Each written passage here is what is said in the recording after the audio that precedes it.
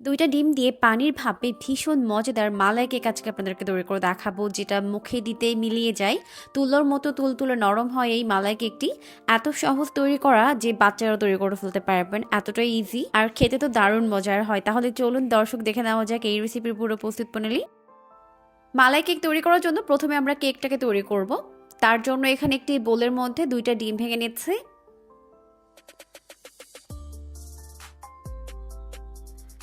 এরপর একটি হ্যান্ড হুইক্সের সাহায্যে প্রথমে ডিমটিকে ভালো করে ফেটিয়ে নিতে হবে। তো প্রথম পর্যায়ে ডিমগুলোকে ভালো করে ফেটিয়ে নেওয়ার পর এখন আমি এখানে অল্প অল্প করে চিনি অ্যাড করব আর ভালো করে মিশিয়ে নিব। তার আগে আমি এখানে হাফ চামচ পরিমাণ ভ্যানিলা এসেন্স দিয়ে দিলাম, দিয়ে আবারও মিশিয়ে নিচ্ছি। এখন আমি এখানে হাফ কাপ পরিমাণ চিনি এভাবে অল্প অল্প করে দিব আর বিট করে নিব। চেষ্টা করবেন পুরো চিনি এখানে একবারে না দিয়ে এভাবে অল্প অল্প করে দিয়ে মিশিয়ে নিতে, তাহলে কিন্তু ডিমের ফোমটা একদম পারফেক্ট হবে। এখন একটু সময় নিয়ে এটাকে বিট করে নিচ্ছে। এখন সম্পূর্ণ চিনি অ্যাড করার পর ততক্ষণ পর্যন্ত এটাকে বিট করব যতক্ষণ না পর্যন্ত চিনিগুলো ভালোভাবে গলে মিশে যায়। তো বিট করতে করতে একটা পর্যায়ে দেখা যাবে চিনিগুলো ভালো করে মিশে গেছে আর ডিমের মিশ্রণটা অনেকটা ফোমি হয়ে গেছে। এই পর্যায়ের মধ্যে অ্যাড করে দিচ্ছি 2 টেবিল চামচ পরিমাণ সয়াবিন তেল। এরপর আবারও হ্যান্ড হুইক্সের সাহায্যে ভালো করে মিশিয়ে নিতে হবে। তো সবকিছু যখন একত্রে ভালো করে মিশে যাবে ওই পর্যায়ে আমি এর মধ্যে অ্যাড করে দিব শুকনো উপকরণগুলো, আর তার জন্য অবশ্যই একটি চালনি নিতে হবে। এখন এখানে একটি চালনি নিয়ে নিচ্ছি।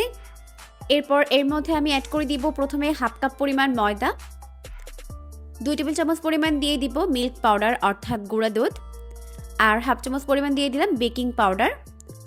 এখন খুব ভালো করে এগুলোকে চেলে নিতে হবে।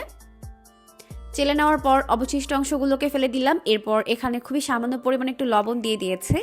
এখন একটা সাইড থেকে ঘুরিয়ে ঘুরিয়ে এটাকে মিশিয়ে নিতে হবে। তো একটু সময় নিয়ে খুব ভালো করে আমি এটাকে মিশিয়ে এরকম একটি পারফেক্ট ব্যাটার তৈরি করে নিচ্ছে।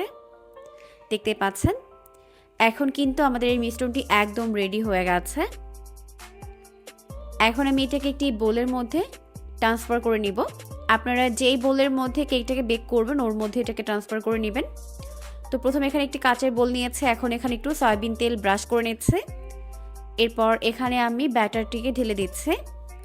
আমি এখানে একটি কাচের বোল ব্যবহার করছি, তবে আপনারা আপনাদের পছন্দ মতো এখানে কিন্তু অ্যালুমিনিয়াম বা স্টিলের বোলও ব্যবহার করতে পারবেন। এখন এটাকে ঢাকনা দিয়ে ঢেকে দিলাম। এরপর আমি এটাকে স্টিম করে নিব। এটাকে এখন পানির ভাপে স্টিম করতে হবে, তার জন্য এখানে একটি হাঁড়ি নিয়েছি বড়, এর মধ্যে একটি টিস্যু দিয়ে দিলাম। এরপর এটাকে বসিয়ে আমি এটাকে স্টিম করে নিব প্রায় 40 মিনিটের মতো। তো এদিকে আমরা এখন মালাই কেকের জন্য মালাই তৈরি করে নিব। তার জন্য চুলায় একটি প্যান বসিয়ে এর মধ্যে আমি দিয়ে দিচ্ছি 1 লিটার পরিমাণ লিকুইড দুধ।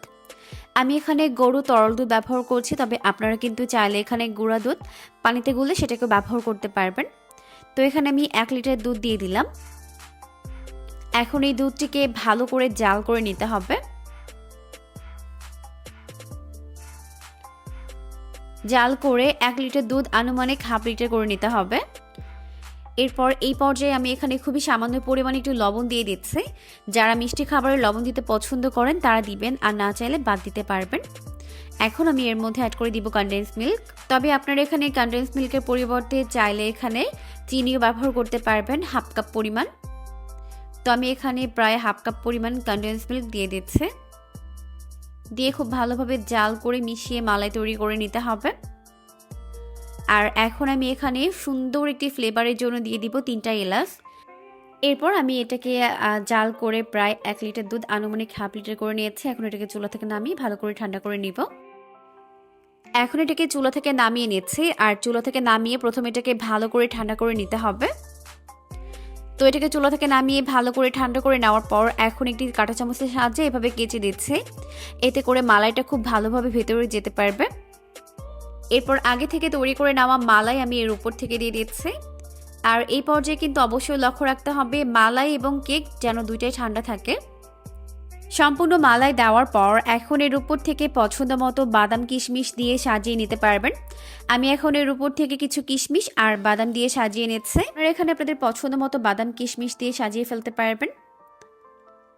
তো দেখতেই পাচ্ছেন মাশাআল্লাহ লুকটা কত বেশি ইয়াম্মি হয়েছে। আর এই কেকটা খেতে এত বেশি মজাদার হয় যে একবার কাউকে বানিয়ে খাওয়ালে বারবার তৈরি করার রিকোয়েস্ট আপনার কাছে আসতেই থাকবে। যে কোনো বিশেষ দিনে প্রিয়জনের জন্য খুব সহজে কিন্তু বানিয়ে ফেলতে পারবেন এই মজাদার লোভনীয় মালাই কেকটি, যেটা খেতে অনেক বেশি মজার হয় এবং মুখে দেওয়ার সাথে সাথে মিলিয়ে যায়। এতটাই সফট তুলতুলে নরম হয় এই কেকটি। রেসিপিটিকে ফলো করে একবার হলেও বাসায় ট্রাই করবেন, দেখবেন পরিবারের ছোট বড় সবাই আপনার প্রশংসায় পঞ্চমুখ হবে এই মালাই কেকটি বানিয়ে দেওয়ার পর।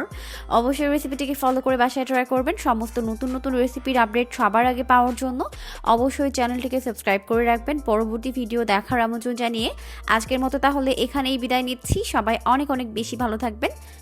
আল্লাহ হাফেজ।